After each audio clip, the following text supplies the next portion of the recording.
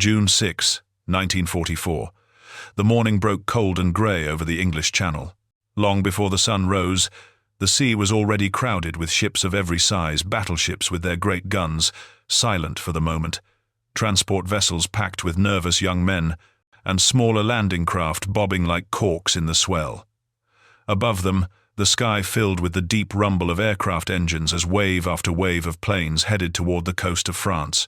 This was the moment the world had been waiting for.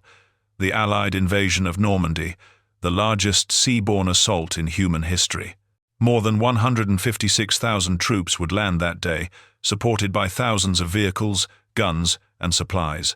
The beaches had been given code names: Omaha, Utah, Gold, Juno, Sword, and each one was defended by concrete bunkers, barbed wire, and German soldiers who had spent months preparing for exactly this attack. The Germans had known an invasion was coming, but they had been kept guessing about the exact location and timing. Deception operations had convinced many of their commanders that the main blow would fall at Calais, farther up the coast.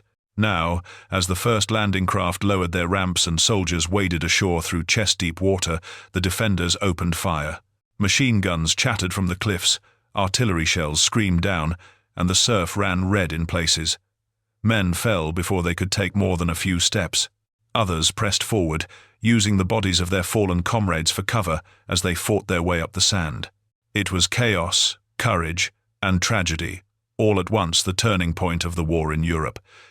Yet even as those dramatic scenes unfolded on the beaches, another kind of battle had already been fought in the weeks leading up to D-Day. This one took place not with bullets or bombs, but with words spoken into a microphone in a studio far behind the lines. In Berlin, a woman with an unmistakably American accent had broadcast a program designed to strike fear into the hearts of the very men now storming ashore. Her script painted a vivid picture of disaster: ships sinking in the channel, soldiers drowning before they reached the beach, mothers at home receiving telegrams with the worst possible news. The broadcast was titled Vision of Invasion, and it aired on May 11, 1944, just weeks before the real invasion began. The woman's voice was calm and conversational, almost like a friend sharing a confidence. She spoke of waves crashing over the sides of landing craft, of machine gun fire cutting down men in the water, of young lives ending far from home for a cause that would bring only sorrow. In the background, sound effects added to the horror: recorded waves, distant explosions, the cries of wounded men. She took on the role of an American mother who dreamed of her son's death during the invasion. In the dream, the son appeared to her, soaked and bleeding, describing the terror he had witnessed before the sea claimed him. When the mother awoke, she pleaded directly with the listeners: "Lay down your weapons. Refuse to take part in this doomed attack. Go home to your families while you still can." Allied commanders monitored the broadcast through their intelligence networks. They recognized it immediately as propaganda and instructed their troops to ignore it. Official briefings dismissed the program as typical enemy exaggeration, meant to sow doubt and confusion. But among the soldiers themselves, the voice became a topic of conversation. Some laughed it off, calling it ridiculous scare tactics. Others admitted, in private moments, that the words had lingered in their minds as they prepared to board the ships. The woman was already known to many GIs from earlier broadcasts. They had given her nicknames: Axis Sally for her role in Axis propaganda, or the harsher Bitch of Berlin, to express their anger and contempt. Her real name, however, was Mildred Elizabeth Gillars, and her path from a small-town girl in America to a key figure in Nazi radio propaganda is a story of ambition, bad choices, and ultimate betrayal. Mildred was born on November 29, 1900, in Portland, Maine, in a modest wooden house on a street lined with similar homes. Her father, Vincent Sisk, earned a living as a traveling salesman, peddling household goods and patent medicines from town to town. He was often away, leaving Mildred's mother, May Hewitson Sisk, to manage the home and care for their only child. May had dreams of her own. She had once performed in amateur theatre productions and harbored hopes of a more glamorous life. The marriage, however, was unhappy, marked by arguments and financial strain. When Mildred was just 3 years old, her parents divorced, an event that was still somewhat scandalous in those days.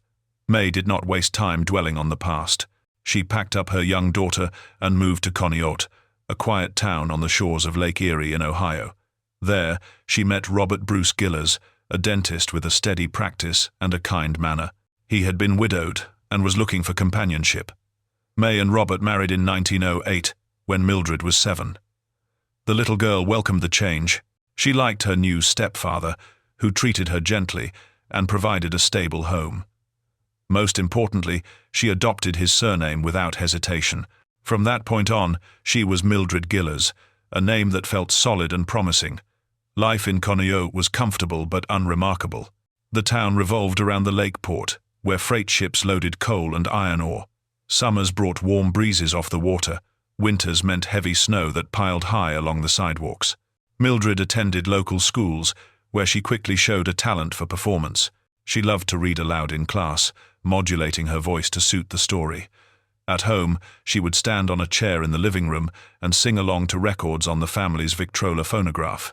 Her clear, expressive voice carried through the open windows, drawing neighbors to pause on the sidewalk and listen. She also enjoyed drawing and painting, filling sketchbooks with scenes from her imagination. As she grew older, Mildred's interest in the arts deepened. In high school, she joined the drama club and landed leading roles in school productions. One year, she played Portia in a shortened version of Shakespeare's The Merchant of Venice. The local newspaper ran a short review praising the poise and vocal talent of the young actress, predicting a bright future. Mildred clipped the article and kept it in a scrapbook, along with programs from every play she appeared in. Her teachers encouraged her ambitions, and her mother, remembering her own youthful dreams, supported the idea of a career in theater. Upon graduating high school in 1918, Mildred enrolled at Ohio Wesleyan University in Delaware, Ohio, a respected liberal arts college with a strong drama department. She majored in dramatic arts and took courses in music, literature, and public speaking.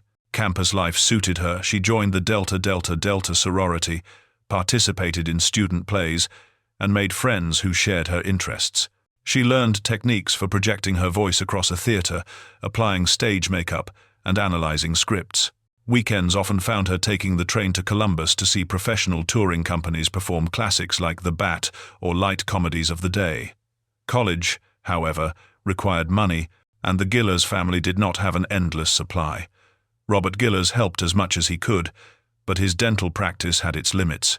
Mildred worked part-time jobs on campus, waiting tables in the student dining hall and tutoring younger students in elocution. By her senior year, she was short just a few credits and the tuition to complete them. The choice was difficult, but practical considerations won out. In the spring of 1922, at age 21, she left Ohio Wesleyan without a degree. She packed her belongings, said goodbye to her sorority sisters, and boarded a train for New York City, determined to make her mark on Broadway. Arriving in Manhattan was both thrilling and overwhelming. The city pulsed with energy, taxis honking, newsboys shouting headlines, marquees blazing with electric lights. Mildred found a small room in a boarding house on the Upper West Side, sharing a bathroom with several other aspiring actresses. Her days followed a grueling routine, rising early to scan the trade papers for casting notices, then walking from one agent's office to another, auditioning for plays, musicals, and even the new medium of radio dramas. Rejections were constant, but she persisted. Her first professional break came quickly, a walk-on role in a Schubert Brothers revue, earning $18 a week for 6 weeks of performances. She understudied leads in road companies, but rarely went on stage when the stars showed up. To pay the bills, she took whatever work she could find, waiting tables at a busy diner near Times Square, modeling clothing in department store windows, teaching voice lessons to wealthy women who wanted to sound more refined. Every spare dollar went toward acting classes with respected coaches who promised to polish her technique. The 1920s were a golden age for theater, but competition was fierce. Mildred had talent, a clear speaking voice, good diction, and a natural flair for drama, but she lacked the look that many producers sought for leading ladies. As the years passed, she turned 25, then 28, then 30, ages when ingenue roles became harder to land. She experimented with her appearance, dyeing her hair different shades and following the latest diet fads. She auditioned for radio stations as they expanded across the country, recording commercials and dramatic sketches. A producer once told her she had great pipes, but needed to lose weight to succeed on stage. Discouraged but undeterred, she kept going. Then came the stock market crash of October 1929. The Great Depression hit the entertainment industry hard. Theaters shuttered, tours were cancelled, and unemployment soared. Mildred's savings evaporated. Her mother, now widowed again after Robert Gillars died of pneumonia, urged her to return to Ohio. Instead, the two women pooled their remaining resources and booked passage on an ocean liner to Europe. They reasoned that living costs were lower abroad and that Mildred might find opportunities in the vibrant cultural scenes of Paris or London. They arrived in Cherbourg, France, in the summer of 1929 and made their way to Paris. Mildred enrolled in language classes at the Alliance Française, immersing herself in French for 6 months. She attended performances at grand theatres like the Comédie Française, marveling at the skill of the actors and the beauty of the productions. The experience reignited her passion, but funds ran low. By winter, they sailed back to New York, where the economic situation had only worsened. Mildred scraped by with odd jobs touring with Chautauqua circuits, performing Shakespeare in tents across the Midwest, recording singing jingles for soap companies, teaching drama to children in settlement houses. By 1933, at age 33, she felt America held no future for her. Restless and ambitious as ever, she booked passage on a freighter bound for Algiers in North Africa. The journey was slow and uncomfortable, but it marked a new chapter. Algiers was a world of contrasts: French colonial architecture alongside Arab markets, the scent of spices in the air, the heat shimmering off whitewashed walls. Mildred taught English to the wives of colonial officials and sang in a small cabaret for extra money. She met expatriates from across Europe, including a German music student who raved about the conservatories in Dresden. Intrigued by the idea of formal musical training, she saved for a train ticket north. In the spring of 1934, she arrived in Dresden, planning to stay for a year of study. Germany, in 1934, was a nation transformed. Adolf Hitler had become chancellor the previous year, and the Nazi Party's grip on power was tightening. Swastika flags flew from public buildings, paramilitary groups marched in the streets, and loudspeakers broadcast speeches and martial music. Mildred noticed the changes, but was more focused on her studies. She rented a room above a bakery, took voice lessons from a retired opera singer, and taught English to cover expenses. The discipline and energy of the country impressed her. In letters home, she described the people as purposeful and optimistic. That fall, she moved to Berlin, the capital and cultural heart of the Reich. The city was larger and more dynamic than Dresden, with wide boulevards, modern architecture, and a thriving art scene, though increasingly controlled by the state. Mildred found work teaching at a language school and performed in English-language plays put on by the American expatriate community. The major German theaters were off-limits to foreigners, especially as Nazi policies excluded non-Aryans and restricted foreign influence. It was in Berlin that she met Paul Carlson, a sound engineer at the state radio network. Paul was 35, tall, with fair hair and a charming smile. Born in Wisconsin to German immigrant parents, he had moved to Germany as a young man and become a naturalized citizen. He spoke flawless English, loved American literature, and could dance the Lindy Hop with ease. They met at a social gathering for foreign journalists and quickly became a couple. Paul introduced her to colleagues at the Reichs-Rundfunk-Gesellschaft, the German state broadcasting company. Officials there noted her perfect American accent and expressive delivery. For the first time, Mildred saw a path that combined her love of performance with steady employment. On September 1, 1939, everything changed. German forces invaded Poland, and within days, Britain and France declared war. The U.S. Embassy in Berlin issued urgent warnings for all American citizens to leave immediately. Trains and ships were booked solid with evacuees. Paul drove Mildred to the railway station, but the crowds were overwhelming. He took her hands and said plainly, "If you leave now, it's over between us. Stay, and we'll build a life here." Faced with the choice between an uncertain future in a depressed America and the man she loved in a country on the rise, Mildred chose to stay. The decision soon proved irreversible. As the war expanded, borders closed, and travel became impossible for civilians. Paul was drafted into the Wehrmacht in 1940 and sent to the Eastern Front. In the summer of 1941, Mildred received official notification that he had been killed near Minsk.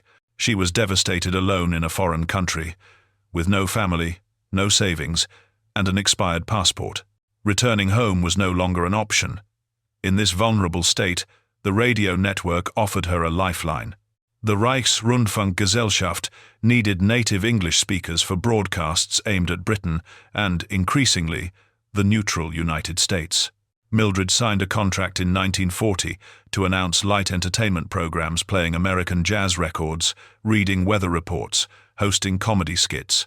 Her warm, familiar accent made her popular with the production staff, and she soon became one of the highest-paid announcers on the Foreign Service.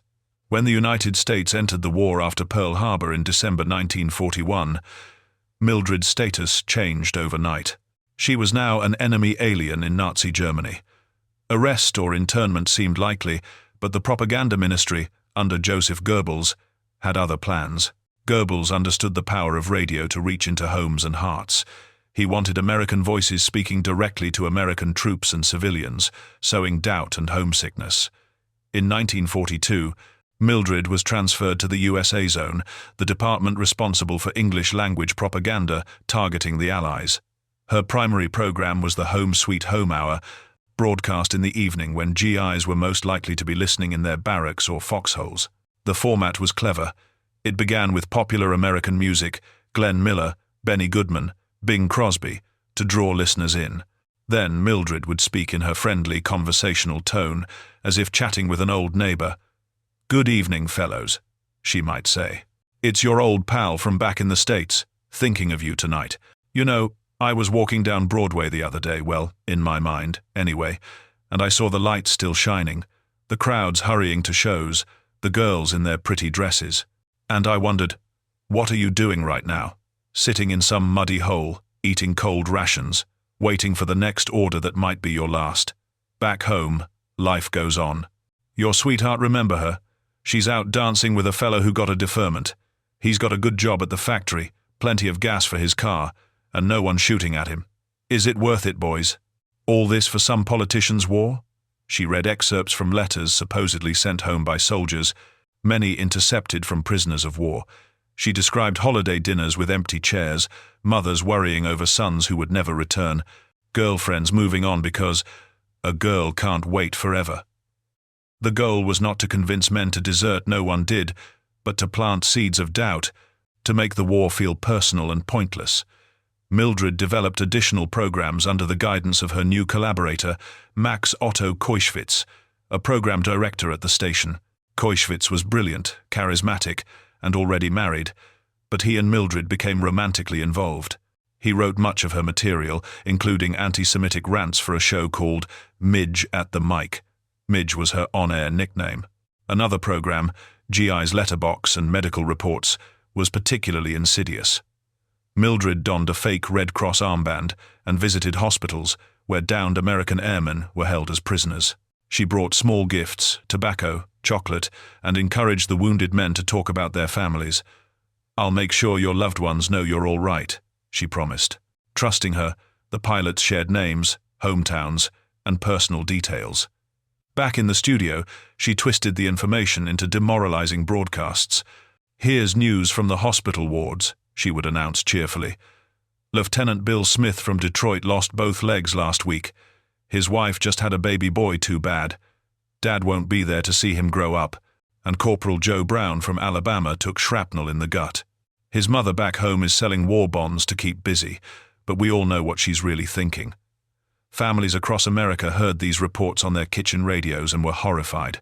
Some recognized their sons' names and feared the worst. The U.S. War Department issued warnings not to tune in to enemy stations, but curiosity and anxiety kept many listeners coming back.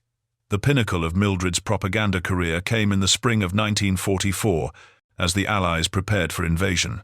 Koischwitz and Mildred worked tirelessly on a special, dramatized program. They recorded sound effects, waves crashing on a Baltic beach, muffled explosions, men shouting in panic. On May 11, Vision of Invasion aired across Europe. It opened with Mildred as the mother, speaking softly as if half asleep. "I had the most terrible dream last night," she began.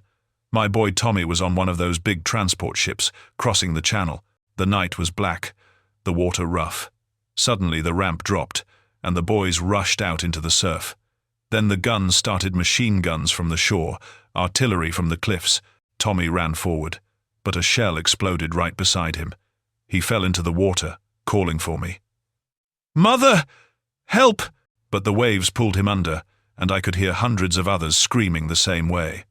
The sound effects swelled, gurgling water, distant booms, agonized cries fading into silence. The mother woke and addressed the audience directly, her voice breaking with emotion. 'Please, listen to me. This is what will happen if you go through with the invasion. Thousands of fine young men drowned or cut down before they touch land. For what? So a few generals can redraw maps? Go home to your mothers, your wives, your children. Refuse this madness while you still have a choice.' Allied intelligence services recorded and transcribed the broadcast. Analysts praised its psychological sophistication, but predicted limited impact. On the ground, however, the program achieved exactly what Goebbels intended. No soldier deserted because of it, but the vivid imagery haunted many as they boarded the invasion fleet. In the tense hours before H-hour, some men replayed the mother's pleas in their minds, gripping their rifles a little tighter. D-Day succeeded despite the propaganda. The beaches were secured, and Allied forces began pushing inland. By late August, Paris was liberated. The Red Army advanced from the east, and Anglo-American bombers pounded German cities nightly. Berlin, once a symbol of Nazi strength, became a city of rubble and despair. Air raid sirens wailed constantly. Food rations dwindled to starvation levels. Mildred continued broadcasting, but her scripts grew increasingly desperate. She spoke of secret weapons that would turn the tide, of inevitable Allied defeat. Listeners could hear the strain in her voice. Radio stations shut down one by one as power failed and buildings collapsed. In April 1945, Soviet artillery began shelling the outskirts of the city. On April 30, Adolf Hitler committed suicide in his underground bunker. A week later, on May 8, Germany surrendered unconditionally. Berlin lay in ruins. Survivors picked through the debris for food and shelter. Mildred went into hiding, dyeing her hair, selling furniture and clothing on the black market to survive. Wanted posters with her photograph appeared on walls still standing. Mildred Gillars, traitor wanted for treason. She moved from one bombed-out apartment to another, avoiding Allied patrols. Her luck ran out in March 1946. U.S. Counterintelligence Corps agents tracked her to a modest room in a devastated neighborhood. She offered no resistance when arrested. Escorted under guard to a military transport plane, she was flown back to the United States in handcuffs. Newspapers splashed her photograph across front pages with headlines like "Axis Sally Captured" and "Voice of Treason Comes Home." Public opinion had hardened against her during the war years. Families who lost sons remembered her mocking hospital reports. Veterans recalled the homesickness her programs induced. She was held in federal custody in Washington, D.C., awaiting trial on charges of treason, a crime punishable by death. The trial began on January 25, 1949, in a packed federal courtroom. Prosecutors presented meticulous evidence. Transcripts of broadcasts, original recordings played on a large phonograph, testimony from former POWs who had met her in hospitals, and statements from soldiers who heard Vision of Invasion on the eve of D-Day. The star exhibit was the full recording of that program, its dramatic effects chilling the room even years later. Mildred took the stand in her own defense. Dressed simply, she spoke softly and steadily. She claimed she had acted under duress, fearing imprisonment in a concentration camp or execution if she refused. "I was just reading scripts," she insisted. "I never believed the words. It was a role, like any actress plays." Her attorneys argued that Max Koischwitz had exerted a hypnotic influence over her, controlling her actions until his death from illness in August 1944. After that, they said, her broadcasts became less venomous. The jury, composed of ordinary citizens including several veterans, deliberated for 3 days. On March 10, 1949, they returned a verdict of guilty on 1 count of treason specifically for vision of invasion, which prosecutors argued had given aid and comfort to the enemy at a critical moment. They acquitted her on 7 other counts due to insufficient evidence of intent. The judge revoked her U.S. citizenship, sentenced her to 10 to 30 years in prison, and fined her $10,000 equivalent to over $120,000 today. Mildred served her time at the Federal Reformatory for Women in Alderson, West Virginia, a facility known for its rural setting and rehabilitative programs. She adapted quietly, teaching music and drama classes to fellow inmates, tending the prison garden, and studying Catholicism. In 1950, she formally converted to the faith, finding solace in its rituals. She earned parole after 12 years for good behavior and was released on July 10, 1961, at age 60. She returned to Ohio, settling in a small apartment near Columbus.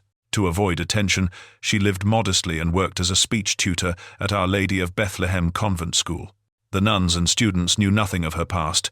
To them, she was simply Miss Gillars, a polite older woman with a refined voice.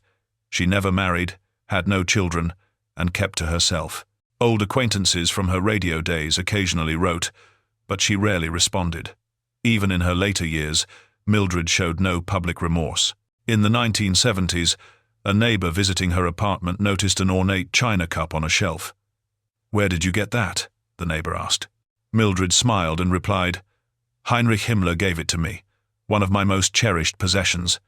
Himmler, the architect of the Holocaust, had been one of the most feared men in the Third Reich. On June 25, 1988, Mildred Gillars died of colon cancer at the age of 87. Her obituary in the local paper was brief, mentioning only her birth, death, and brief teaching career. Most of the world had long forgotten the voice that once tried to undermine an army. Yet, recordings of her broadcasts survive in archives, a reminder of propaganda's power. A single microphone, wielded by someone who sounds like a friend, can reach across oceans and plant doubt in the bravest hearts. Mildred wanted fame on the stage. Instead, she found infamy in the shadows of history. Her story warns us how ambition, when twisted by circumstance and ideology, can lead ordinary people to extraordinary betrayal. Thank you for joining this exploration of a forgotten figure from World War II. For more documented stories from the past, visit worldhistory.tv and subscribe to stay informed about the voices that shaped our world.